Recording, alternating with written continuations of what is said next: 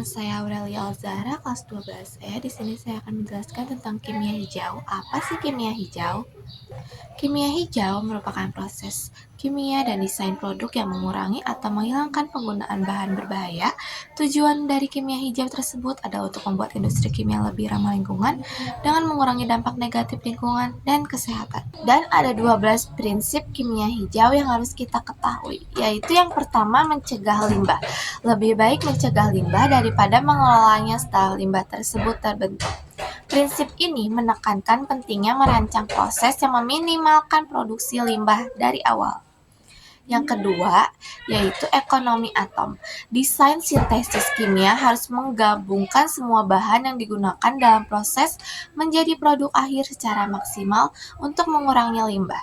Yang ketiga, yaitu sintesis yang kurang berbahaya. Proses sintesis harus menggunakan dan menghasilkan bahan yang sedikit atau tidak beracun bagi manusia dan lingkungan. Yang keempat, desain bahan kimia yang lebih aman.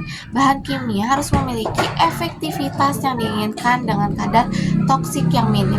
Yang kelima, yaitu pelarut dan kondisi reaksi yang lebih aman. Penggunaan pelarut dan bahan pembantu lain harus dihindari atau diminimalkan jika memungkinkan, dan bahan yang digunakan harus tidak berbahaya.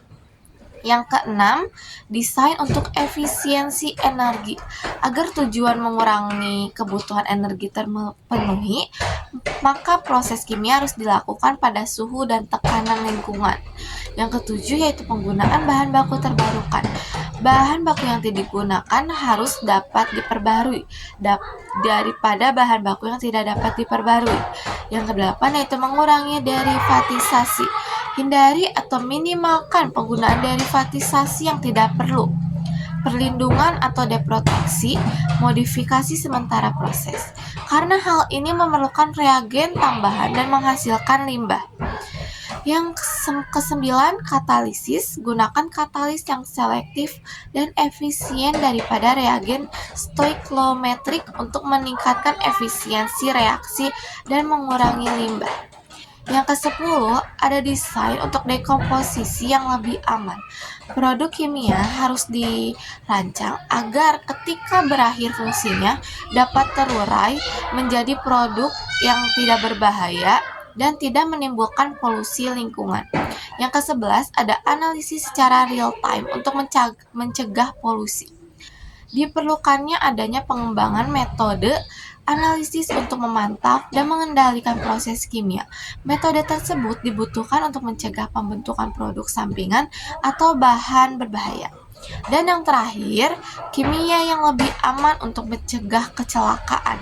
Bahan kimia dan bentuk fisiknya harus dipilih untuk meminimalkan potensi kecelakaan kimia seperti ledakan, kebakaran, dan pelepasan zat beracun. Selanjutnya ada manfaat kimia hijau bagi lingkungan.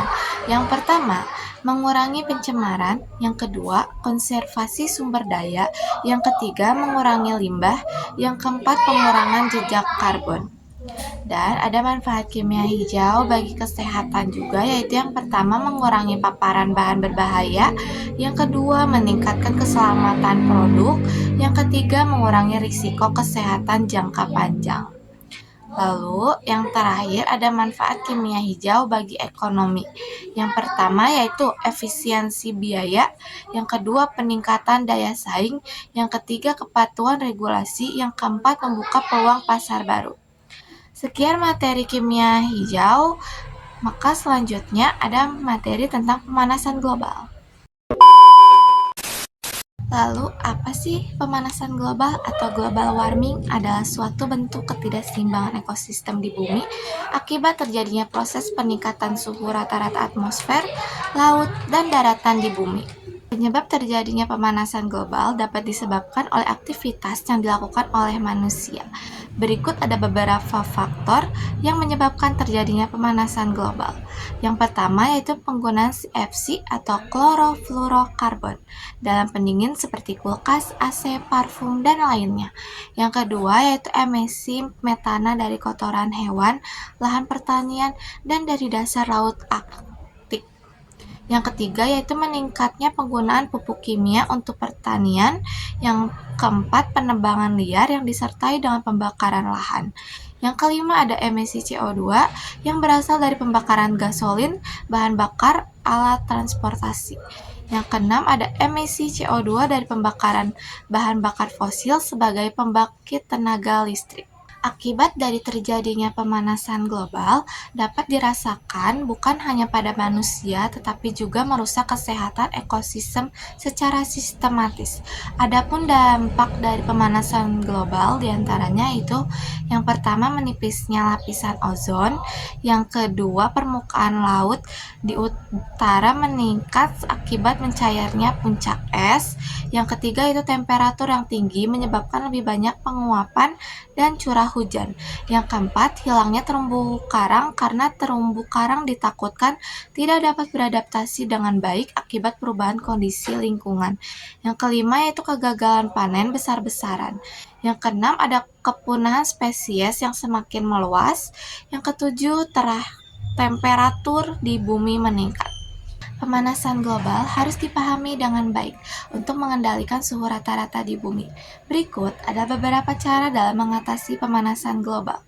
Yang pertama yaitu mengurangi penggunaan energi tak terbarukan dan beralih menggunakan energi terbarukan. Yang kedua yaitu menggunakan produk yang ramah lingkungan. Yang ketiga yaitu meningkatkan efisiensi bahan bakar kendaraan. Dan yang keempat menggunakan energi listrik dengan hemat. Terakhir, mengurangi penebangan pohon dan mendukung kegiatan reboisasi. Sekian materi pemanasan global dan kimia hijau yang tadi saya sampaikan. Wassalamualaikum warahmatullahi wabarakatuh.